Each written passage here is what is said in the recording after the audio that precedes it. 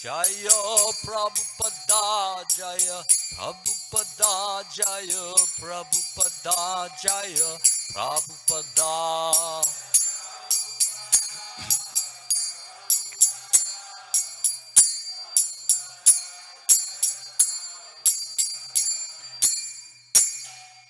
Jayam Vishnupad Paramahansa Paripujakacharya Astatora Sata Shri Srimad His Divine Grace A.C. Bhaktivedanta Swami Srila Prabhupada Ki Jai ISKCON Founder Acharya Srila Prabhupada Ki Jai Jayam Vishnupad Paramahansa Paripujakacharya Astatora Sata Shri Srimad His Divine Grace Srila Bhaktisiddhanta Saraswati Goswami Maharaj Ki Jai. All glories to the assembled devotees. All glories to the assembled devotees. All glories to the assembled devotees. And all glories to Shri Shri Guru and Gauranga.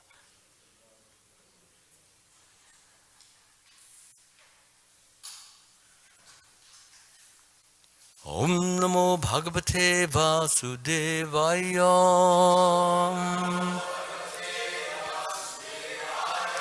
Om Namo Bhagavate Vasudevaya.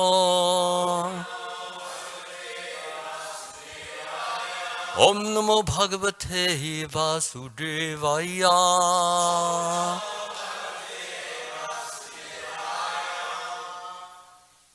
Before starting this class, I just want to thank everyone who is attending here and online.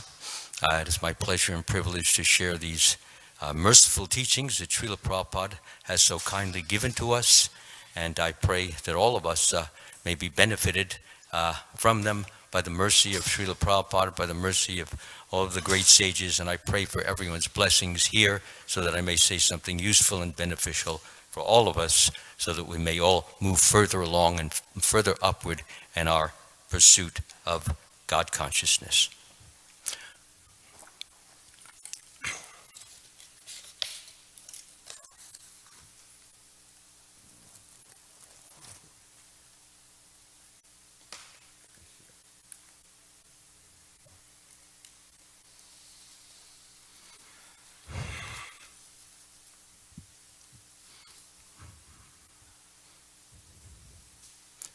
Tvam na sandarshito tatra dushtaram nistitirshatam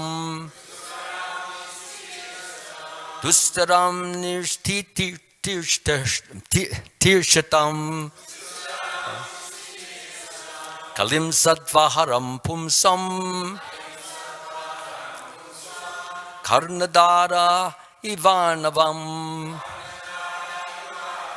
Tvam na sandarshito tatra Dustaram nistitirshatam Kalim sattvaharam pumsam Karnadara Ivanavam Tvam na sandarshito tatra Dustaram nishtitirshatam Kalim sattvaharam pumsam Karnadara ivarnavam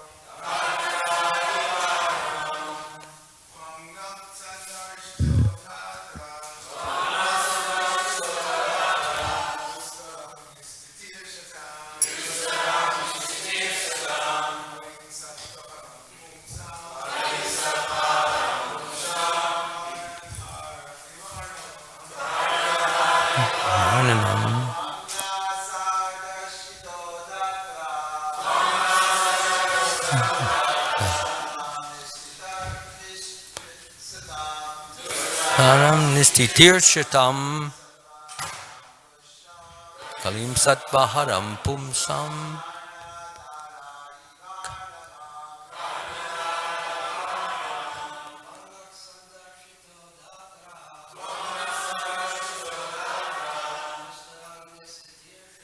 Haram nistitirchitam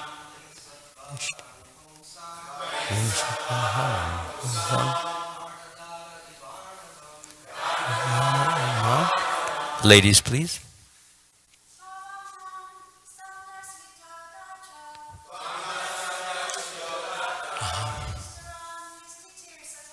Dustaram nistitirchitam.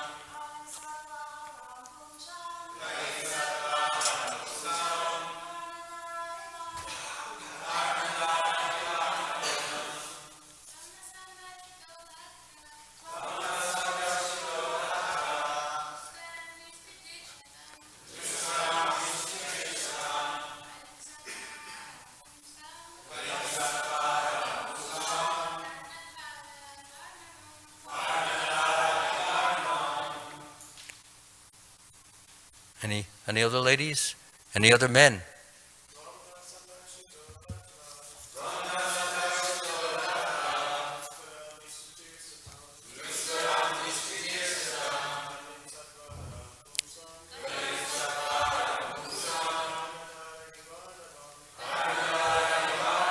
Synonyms: Tvam, your goodness; Naha, unto us; Sandarshita, meeting; Datra, by providence; Dustaram, insurmountable; Nishtitirshatam, for those desiring to cross over;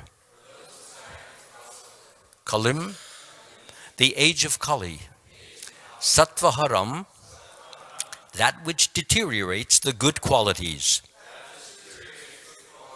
Pumsam, of a man; Karna Daraha, captain; Iva, as; Arnavam, the ocean. Translation. The sages are speaking here, and they are speaking in particular to Sutta Goswami, whom they are praying to and hoping that he will reveal the knowledge that he has obtained when he was seated during the last 7 days of King Parikshit's life and listening to the Bhagavatam given by Shukdeva Goswami. So he has it all memorized. We can see the kind of memories that they had in those days. So same with Shukdeva Goswami. He heard it from his father, concentrated, focused, and it just went in like a script, and then he broadcasted it as if he were just reading the script. Translation. We think that we have met your goodness by the will of providence, just so that we may accept you as captain of the ship for those who desire to cross the difficult ocean of Kali, which deteriorates all the good qualities of a human being. Please repeat. We think that we have met your goodness by the will of providence, just so that we may accept you as captain of the ship for those who desire to cross the difficult ocean of Kali, which deteriorates all the good qualities of a human being. Purport by His Divine Grace, Srila Prabhupada Ki. The age of Kali is very dangerous for the human being. Human life is simply meant, human life is simply meant for self-realization. But due to this dangerous age, men have completely forgotten the aim of life. In this age, the lifespan will gradually decrease. People will gradually lose their memory, finer sentiments, strength, and better qualities. A list of anomalies for this age is given in the 12th canto of this work. And so this age is very difficult for those who want to utilize this life for self-realization. The people are so busy with sense gratification that they completely forget about self-realization. Out of madness, they frankly say that there is no need for self-realization because they do not realize that this brief life is but a moment on our great journey towards self-realization. The whole system of education is geared to sense gratification. And if a learned man thinks it over, he sees that the children of this age are being intentionally sent to the slaughterhouses of the so-called education. Learned men, therefore, must be cautious of this age. And if they at all want to cross over the dangerous ocean of Kali, they must follow the footsteps of the sages of Naimisharanya and accept Sri Suta Goswami or his bona fide representative as the captain of the ship. The ship is the message of Lord Sri Krishna in the shape of Bhagavad Gita or the Srimad Bhagavatam. Om Ajnana Timirandasya Gananjana Shalakaya Chakshur Unmilitam Yena Tasmai Shri Gurave Namaha. I was born in the darkness of ignorance, and my spiritual master opened my eyes with the torchlight of knowledge. I offer my humble obeisances unto his lotus feet. Beg for his blessings that I may say something useful and beneficial for all of us. In the translation, it is mentioned, I'll restate it. We think that we have met your goodness by the will of providence, just so that we may accept you as captain of the ship for those who desire to cross the difficult ocean of Kali, which deteriorates all the good qualities of a human being. So here we have Suta Goswami giving emphasis to the necessity, the urgency of devotee association. Here they are in a big assembly, and they have assembled for the very purpose of a sacrifice which is to go on and last for 1,000 years. They don't even think of the time. They think of the necessity that Kali Yuga is a place where people who may have some good qualities made by the association of persons who are evil, who are wretched, who are sinful, who are badly inclined, will become affiliated, will become associated with those persons. And the result of that will be that they will become ever increasingly more sinful, more wretched, more. Somebody is giving a translation here someplace? Because I'm hearing that. Yeah, no, it's not. Take it upstairs, Mataji, but then I won't hear it. Towards the back. I'm sorry. Yeah. Because it's distracting as I'm speaking. Thank you. So, as I was mentioning, that this divine association, this spiritual association is so important. It's important because each and every one of these particular saints, sages, sadhus, they're all practicing some degree, some kind of activities leading to self-realization. And they're all emanating spiritual vibrations in the mode of goodness or pure goodness. And that vibration, that emanation, is not just stopping at 1 foot from their own body, but it emanates, it radiates. And everyone who is in that association is receiving that radiation and thereby benefiting from it. So it's not that we just sit here and listen, but there's more than listening. We're receiving the benefit or the merits that each and every devotee has acquired and accumulated over his many lifetimes, and especially in this lifetime through his spiritual practices. It's like taking a shower. Each devotee is giving a shower here, a shower of mercy. And when we are aware of this and we appreciate it, the result is that we actually take great benefit, and we look at devotees as a blessing to our spiritual life, rather than just another person with some white clothes or orange clothes or some orange jumper, whatever. It's not that. These persons are helping me, not only by just being here, me meaning everybody, not just by being here, but by their loving service, cooking foodstuffs which become prasadam, which we eat, and which bless us,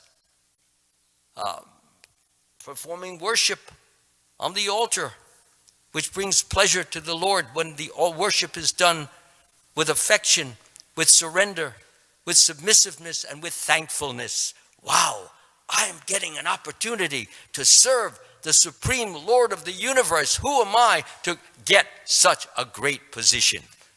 You see, when worship is done in that attitude, with that manner, Krishna heaps upon us blessings upon blessings. There's this person, he doesn't think he's anything. He doesn't think he's anybody.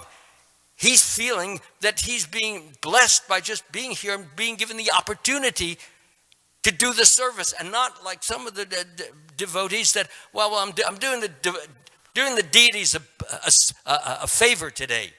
I'm going to fan them because they're a little warm. They should be a little obliged to me for cooling them off. What? No. We have to be obliged to the deity for giving us the opportunity to cool them off. It is a blessing from them. It is a blessing from Srila Prabhupada. He created this temple so that all of us may imbibe those blessings. And to greater or lesser degree of our appreciation, of our thankfulness, to that greater or lesser degree, do we receive from the deities, do we receive from Srila Prabhupada his blessings. When the Lord sees that we're not taking things for granted, we're not taking it as if it were due us, because I did a little punya, I did a little good service, I cooked an offering for the deity, and I'm thinking that, wow, what a great thing I did. When a devotee stops thinking like that, but he's always thinking, wow, I've got an opportunity. This is a privilege. This is the greatest opportunity and privilege that a person can ever have. It is the greatest of jobs. It is not just helping out the temple. That's not the idea. We're not helping anybody but ourselves. And as soon as we realize that the deity and Srila Prabhupada are giving us that opportunity, then we take a different position. We want to throw ourselves on the floor with arms stretched out, with legs stretched out. Thank you, Prabhupada. Thank you, my dear Lord Krishna, my dear Srimati Radharani.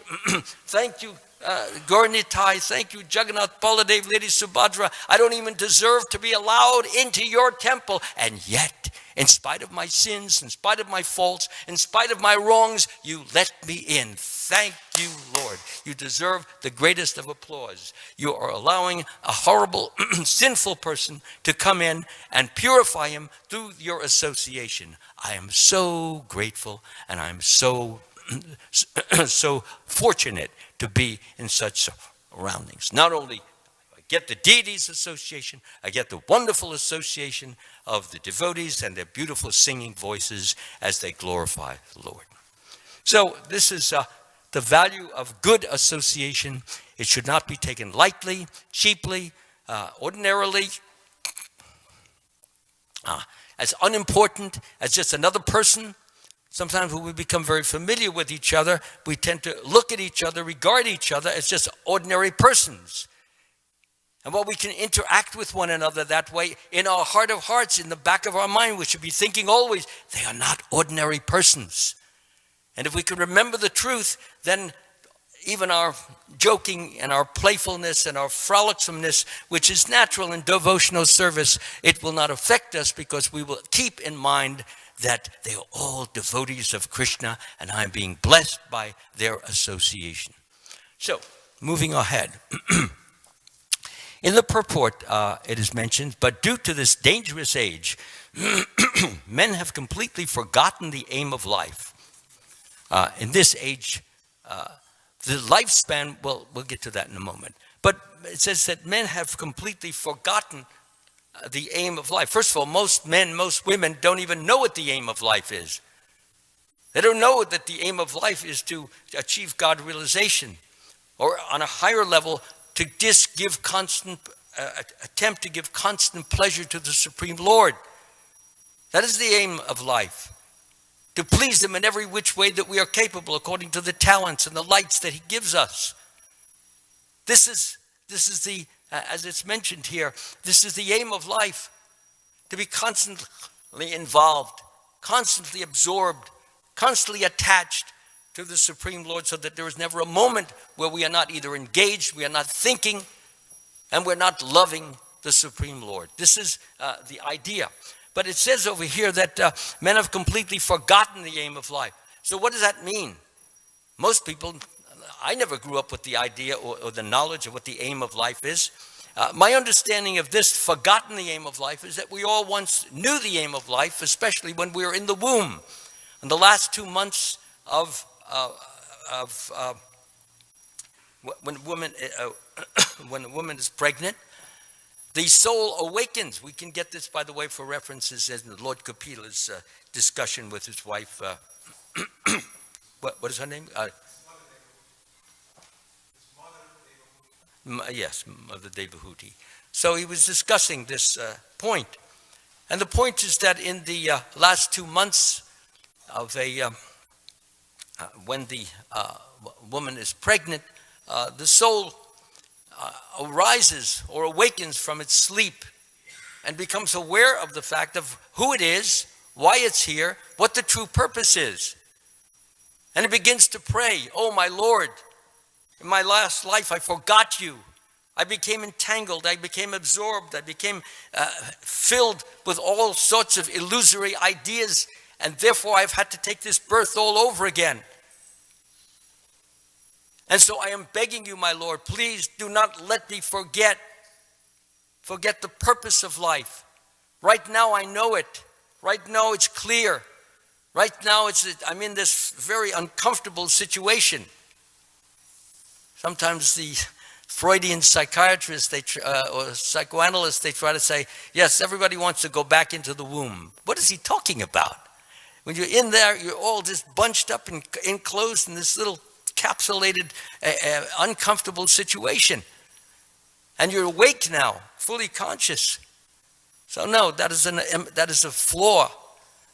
What he's really meaning is that we don't have to go to work. The work is done by the mother. She eats and then we get fed as a consequence. So anyway, the important point here is that the soul knows what the purpose is. And he begs the Lord, please don't let me become entangled again with all the material illusions which occur from what?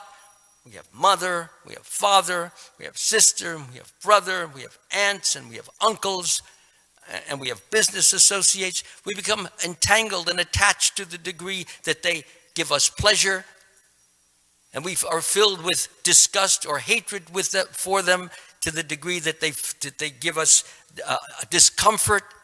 So these attachments and dislikes or aversions, they get deeper and deeper, bigger and bigger, to the point that we cannot get them out of our minds.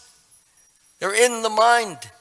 And when a person is dying, even if he's trying to chant the holy name, he's thinking of, I got to get back at my business partner. He stole $10,000 from me. Or my brother, why did he snarl at me at his last birthday? I gave him a good present. Or my wife, I think she was cheating on me.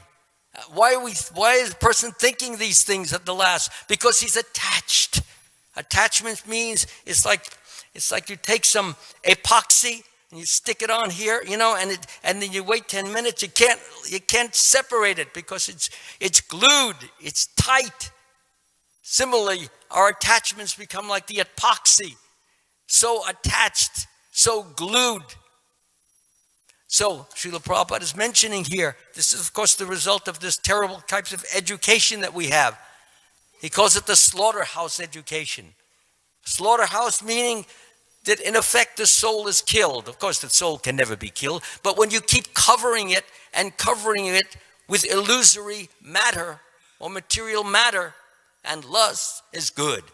anger is good. They tell you that, yeah. If you're angry, you get out the emotion. And if you get it out, then you're able to sleep that night without the sleeping pills. Lust and anger and greed, good thing. Greed is good. You become big multi-billionaire like our president, Donald Trump. Billionaire. Isn't that the goal of life? That's what we're taught. We're taught all these different subjects, in economics and in politics, English and mathematics and science, how to become effective in the material world so that we can be a money-making entity. There is no other goal in these educational institutions. Even when they teach religion, it's on a completely analytical basis. And it's not filled with the faith that we get from Srila Prabhupada. The hope that we get from Prabhupada.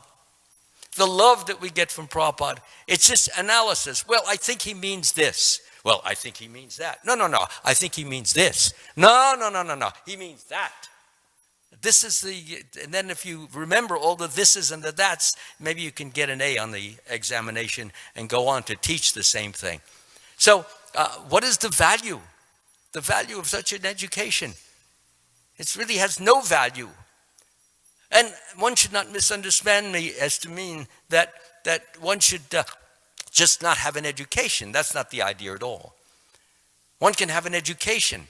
And if one has certain propensities, certain talents, certain abilities, may have an ability in politics, in debate, or in law and order. I mean, after all, Lord Ramachandra, he was a head person. He was a king. But he didn't say, well, I'm a king, I have to deal with all these different matters, worldly matters, things which have to do with people's criminal activities, their civil activities, their different problems in life, the economy, the politics, the social system. He never complained about any of this. He took it as his loving service to the Lord, although he is the Lord, but he was playing the part of a king. And therefore, playing the part of a king, what he did is he tried to show by a perfect example, by the way he spoke, by the way he acted, by the way he judged things as was needed, so that he would set the perfect example of righteousness, so that many other people who would follow would do the same things and thereby continue the creation of this perfect society. It was perfect in the sense that there were when Lord Ramachandra rules, nobody had any diseases. There were no famines. There were no big fires unless they were necessary. There were no hurricanes, no earthquakes, none of those things. Why? Because there was a preponderance of goodness overwhelming the entire land. And when goodness prevails, all of those other problems that I just mentioned, they don't exist. But when there is sin and more sin and more sin, they begin to multiply. That's why we see with so many things which are happening today in the world. It's so unfortunate. And fires breaking out here and there. People getting into vans and driving into whole crowds of people and killing them as if they were just flies. A lot of this comes from computer technology, the computer games. Let me mention something about that. I'm not blaming them per se. It comes from a deeper source. This deeper source is not knowing who you are and not knowing what the purpose of life is. But when people play these computer games, they kill people one after another. That's the whole, who can kill more people? And so killing becomes just another act. And it doesn't stand for what it really is.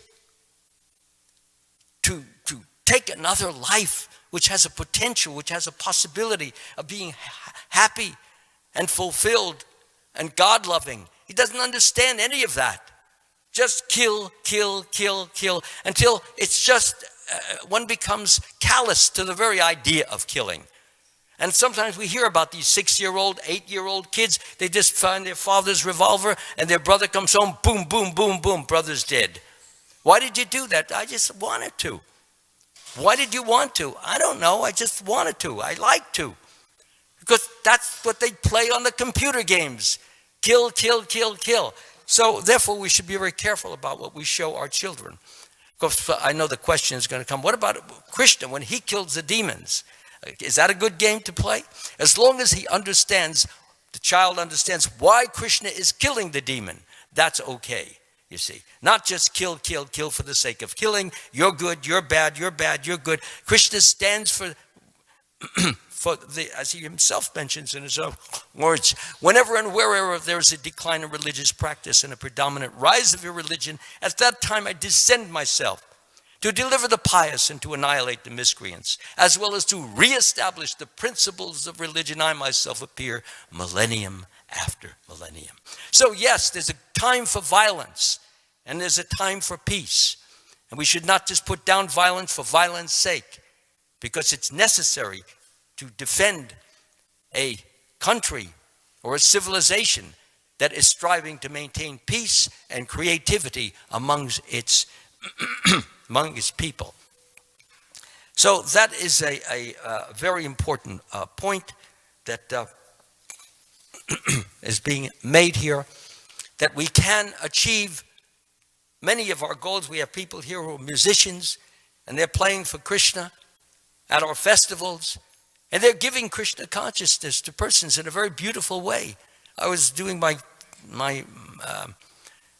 table, which I distribute these audiobooks.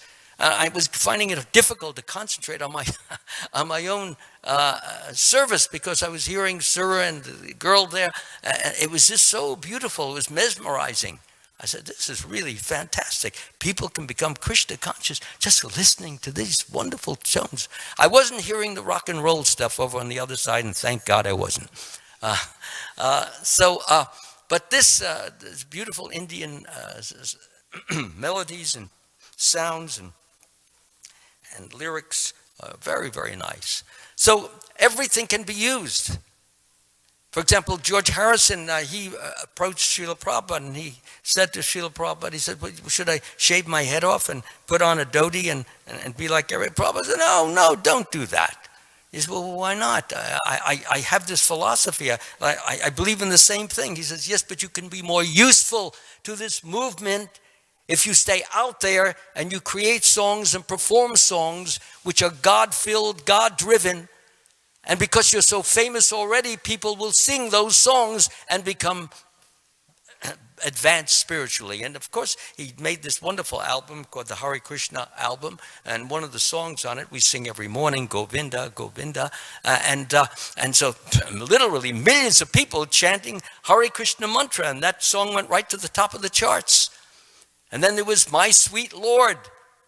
So probably you can see the wisdom that Srila Prabhupada had, rather than sticking him in with the devotees here, and he probably would have blooped in probably 5 weeks or maybe sooner. Said he kept him in there in devotional service according to time, place, circumstances, and his situation. So therefore, it is very important that we understand that there are some people who are gifted in certain ways, and if they continue to try to be Krishna conscious, they pray for the mercy of the Lord. They beg the Lord, please help me to do this job, do this duty, do this activity in a way that will give pleasure to you.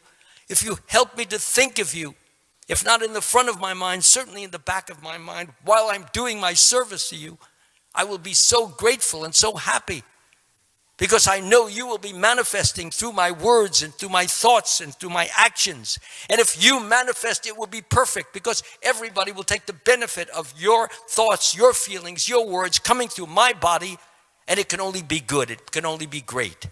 And the demons, they will get taken care of by you also in your own way. So that is the idea behind this, and that the real goal of this Krishna conscious movement, and I should make one more point here, is that Krishna has made it very simple. Although Prabhupada mentions it's very difficult in this age of Kali to achieve God realization.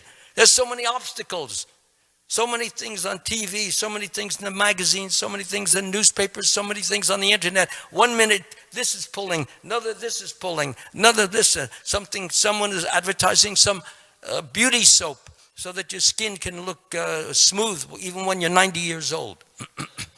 So, or a person is telling you how to get rich quick by selling real estate. He gets rich selling it, but everybody who pays for it, they get poor. So, or beauty and wealth and then power and strength. People are striving for these things. People are striving for fame, thinking that if I'm famous, people know me. I hear devotees do this. I'm leaving the movement. I'm going to become a famous rock star so that I can be famous and then I'll do what George did. But Prabhupada never said that we should leave the movement for those things. He was already out there, so he's told them, yes, continue what you're doing. If you're not out there, there's no reason to. You can do all your music here. And inspired, there's some few devotees there. They're beautiful voices. If you listen to them intently, closely, they're so uplifting. They bring so much joy and happiness. So we can do these things here for Krishna. So that is the, Krishna has made it so easy for us to come back home, back to Godhead. If we get into the habit of chanting the name outside of the temple, when we're crossing the street or going to the market or driving our car, and we have these nice tapes of Prabhupada or CDs of Prabhupada, CDs, we have Surah CDs, we have some of my own books, audio books. There's so much time that we can utilize. We must utilize every moment because death is stalking us every moment. Sometimes a person thinks, well, I know it. I'm not going to die within this year, certainly. Why do you know this? Krishna told you that? No, I feel it. Yeah, well, good luck to your feelings. And then he dies the next day. It's like James Dean, the famous actor, 1950s. He had made 3 major movies. One of them was Rebel Without a Cause, another was Giant, and the other was East of Eden. All Academy Award nominations. He was only 23, 20 years old. And I remember one of them, the Rebel Without a Cause, because in those days I was doing movie extra work, and I was in that movie with him while he was there. And I still remember up on the planetarium scene where Brigupati and Sri Jai Chaitanya, where they distribute. And up towards the back, not towards the front actually, the building, there's a grass area. And he was sitting there like, holding court. And there was like 50 girls all around him, just aping his every word. He was a chain smoker. He could not stop smoking. Every moment he was lighting up, taking another one. So he was talking, and from the looks of him, he looked like he thought he could never die.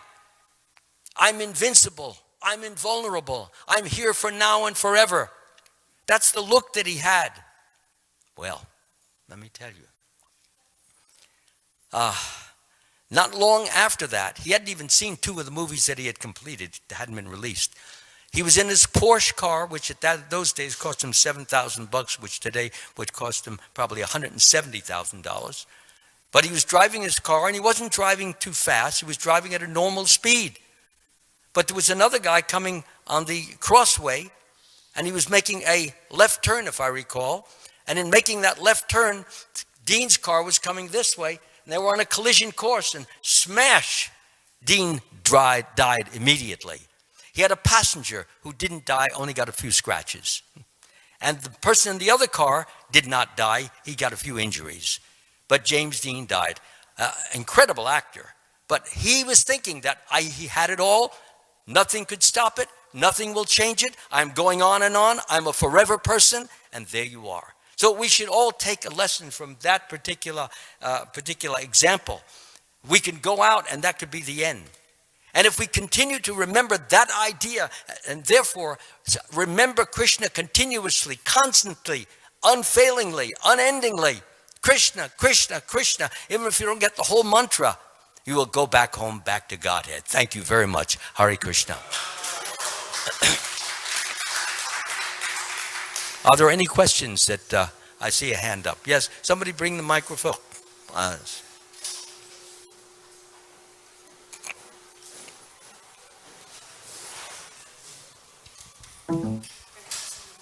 Thank you.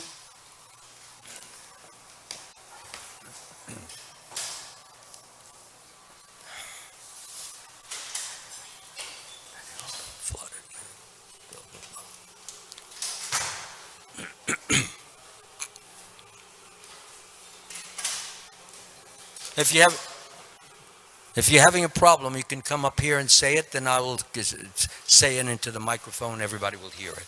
Yes, come here, right here. Yes, what is the question?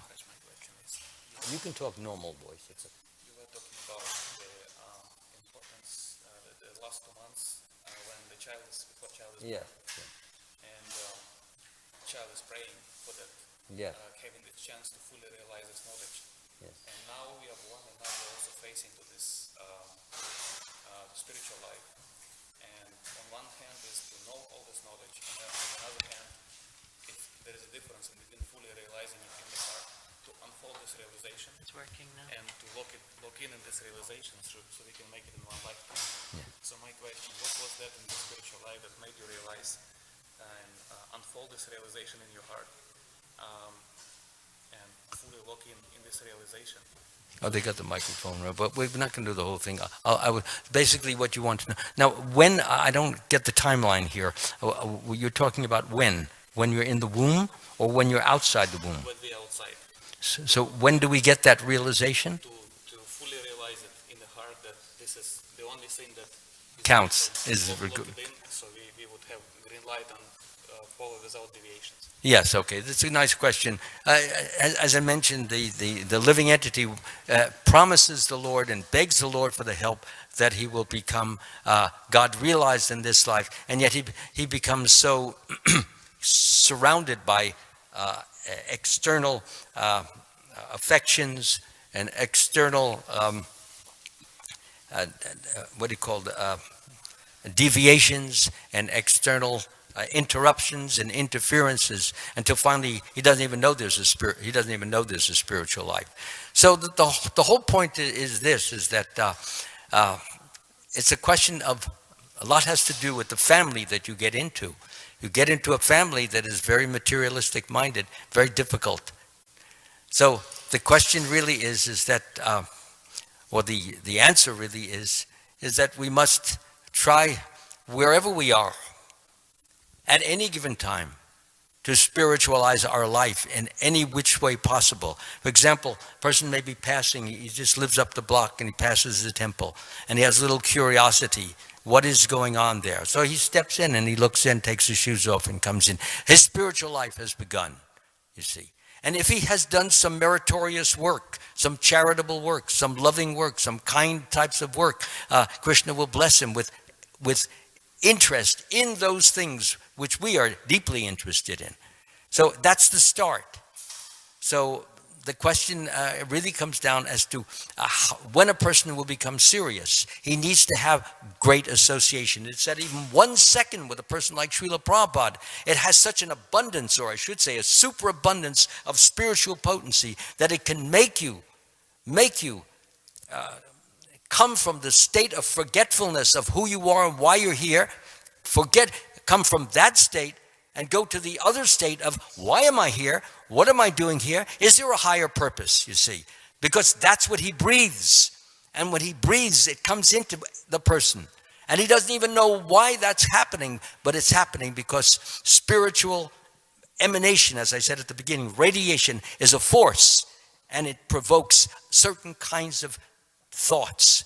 And pure devotee evokes pure thoughts. And just goodness, that evokes certain. Passion evokes those thoughts, and ignorance evokes those. So therefore, you do have to be fortunate. And if at any time you've done something good in this life or your past life, Krishna never forgets it. He may set you up to increase or multiply that good fortune just by I have just to give an example, just by that. And it can be the beginning of spiritual life. There are so many others, so many devotees are giving out books and talking to people. That is the good karma. And if by chance they start to read this and understand it by the grace of Krishna, their whole life becomes changed. So we need to be, we might say lucky, but there's no such thing as luck. We have to do even charitable things, even that becomes conducive towards getting a higher form of charity, which is to know the real purpose of life and then engage in the activities which lead to that real purpose of life. Okay? Yes, sir. Could somebody bring the microphone to the gentleman there?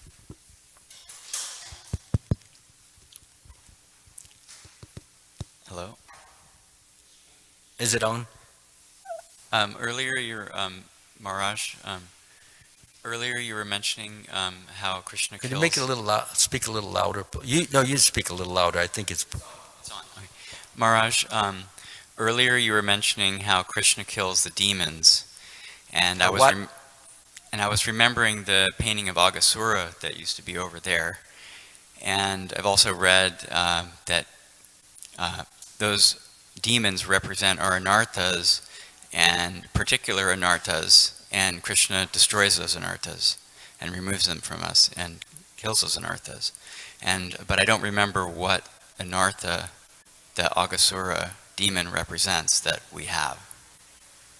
You don't remember what? I don't remember what the anartha that the Aghasura demon represents that Krishna destroys, which anartha that is. I'm sorry, but I really don't understand your question.